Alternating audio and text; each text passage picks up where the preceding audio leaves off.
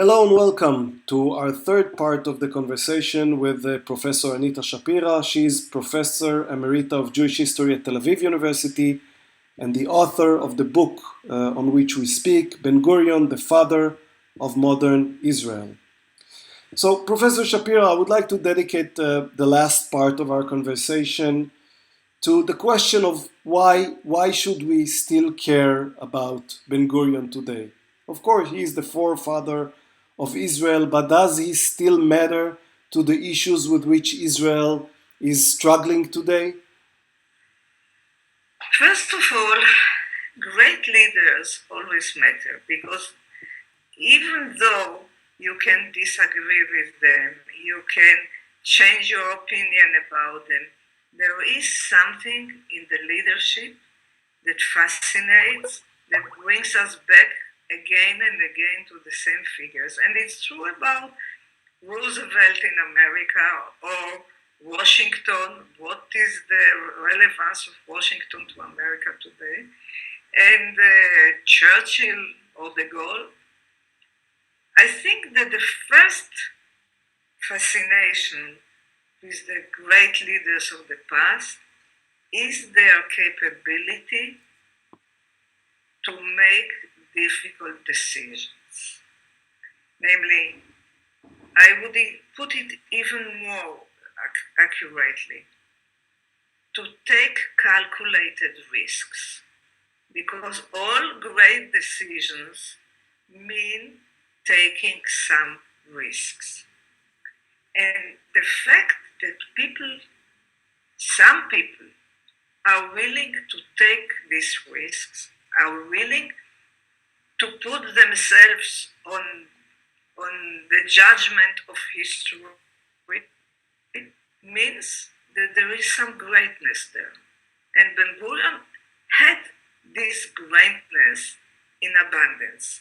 So, first of all, he teaches us the importance of being capable of making important, crucial decisions.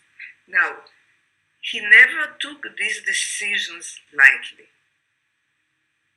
but he described, two kinds of decision making. One decision making was, he said, simple. He listened to various advisors, he consulted with specialists, etc., etc., and then made up his mind. The other kind of decisions, he would say, he would be very unquiet, very disturbed, and could not make up his mind. And suddenly he said, he knew. And this was the moment of the decision. Now, this is something I would say that boggles the mind, because it means that he, as if he heard a voice from above or had his own intuition or whatever you call it, Right. but it was not a standard process of decision making. Now just think about his decisions. The decision to establish an army, the decision to establish a state, the decision to go to war, the decision to bring the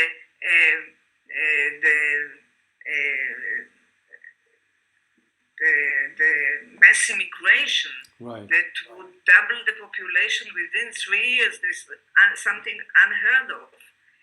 The decision to have the Shilumim, the decision, for instance, to move the capital to Jerusalem despite the decision of the UN Assembly. Right. And this And is a so decision that many other countries in the world do not yet accept. That's right, but nevertheless, he was willing to defy, even when Israel was very young, international community, because he realized that the UN, with all its talking could not abide by its own decisions regarding partition, regarding the defense of Israel against the attack, the young Israel, etc., etc. So he was willing to take chances. And I could enumerate some more decisions, but I think that you cannot show many leaders that had this capability of making crucial decisions, fate-changing decisions, the way that he had. Well, in a previous conversation, you mentioned that he was somewhat disappointed with the fact that Israel did not become this superior place and light onto the nations. And I wonder, would he be disappointed with the type of leaders that Israel was able to provide in the later years? Well, this is something that you have to say. This is not for the historian, this is for the present day observer. I would say that he would expect two things from leaders. He would expect leaders to have a moral sense, a very strong moral sense that should guide them in their hardest moments, and a sense of history. And on the other hand, to have a grasp of reality.